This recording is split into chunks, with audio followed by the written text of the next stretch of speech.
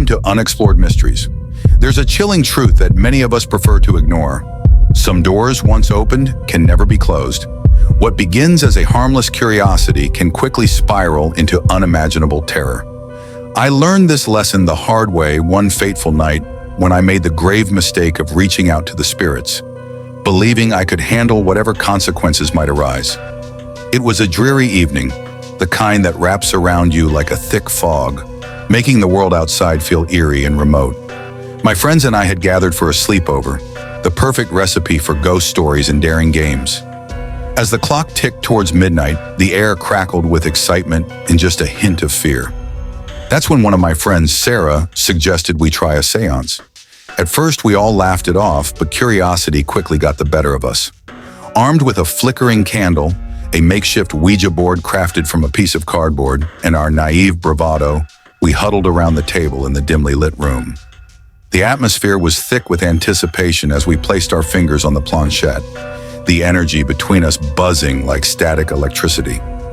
"Is there anyone here with us?" I asked, my voice barely above a whisper. The candle flickered, casting elongated shadows on the walls.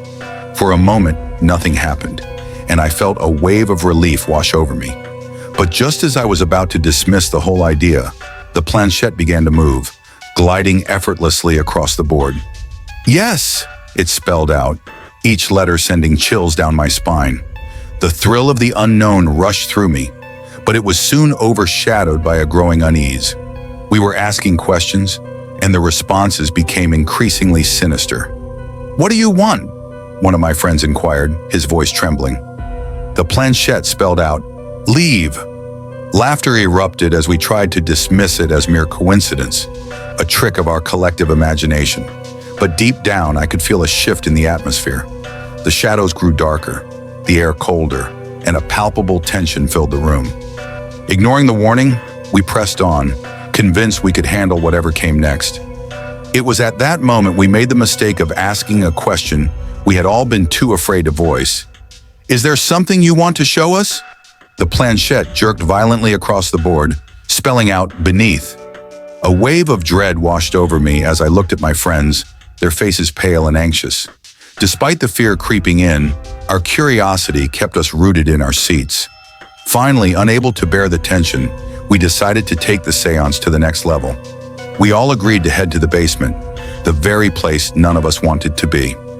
Armed with a flashlight, we descended the rickety stairs, the air growing colder with each step. As we reached the bottom, the darkness enveloped us, and the only sound was the faint creaking of the old house, as if it were groaning in protest. In the middle of the basement, we set up our makeshift seance once more. We repeated our previous question, and to our horror, the planchette began to move again, spelling out, "You shouldn't have come." A panic surged through me, but before I could voice my concerns, a cold wind swept through the basement, extinguishing our candle and plunging us into darkness. Fear gripped us as we fumbled for our flashlights, but as the beams flickered back to life, we realized we weren't alone.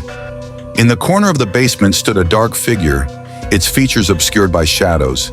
It loomed ominously, and as we shone our lights in its direction, it seemed to dissolve into the darkness, leaving us breathless with terror. "What was that?" Sarah gasped, her voice shaking. I could only shake my head, my heart pounding. We stumbled back toward the stairs, desperate to escape the oppressive darkness, when a loud crash echoed behind us. Something had fallen, or perhaps had been thrown, and it sent us racing back up the stairs, our hearts racing and minds racing with dread. As we reached the top, we slammed the door shut, gasping for breath. It was then that I felt a cold touch on my shoulder, a lingering sensation that sent a jolt of panic through my entire being. I whipped around, expecting to see one of my friends, but no one was there. The atmosphere shifted again, becoming suffocating and heavy, like an invisible weight pressing down on us. I could hear whispers, soft and unintelligible, filling the air with a sinister promise. "You should have left us alone," they seemed to say, each word sending a chill down my spine. Desperate to escape, we rushed outside into the cool night air, the oppressive feeling lifting slightly as we stepped onto the grass. We thought we were free, that we had left whatever presence we had disturbed behind. But I quickly discovered that was not the case. That night marked the beginning of a nightmare that would haunt my dreams for weeks to come. The figure from the basement followed me, lurking in the shadows, whispering my name. I could feel its presence, a dark cloud of dread that lingered in every corner of my home. I began to see glimpses of it in the reflection of mirrors, hear it in the rustling of leaves outside my window. I tried to convince myself it was all in my head, a mere figment of my imagination, but the whispers grew louder, more demanding. "You awakened us," they echoed, "and now you must pay the price." Sleep became a distant memory as I tossed and turned, haunted by visions of the shadowy figure. Each night I would wake up gasping, my heart racing, convinced that I had felt its icy breath on my skin.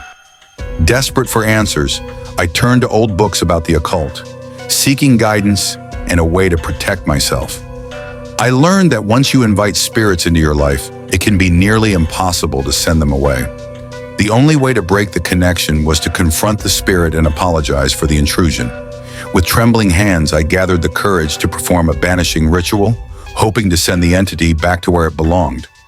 As I lit candles and chanted the incantations, the atmosphere in my room shifted, the air thickening with tension. Shadows danced on the walls, and I felt the presence growing stronger, more agitated. It was as if the spirit knew what I was trying to do, but I pressed on, determined to reclaim my life from the nightmare that had consumed me. With each word I spoke, I could feel the energy in the room change. The whispers turned into a cacophony of angry voices, filling my head with their fury.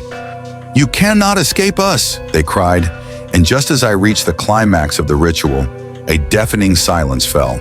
The candles flickered and extinguished, plunging me into darkness.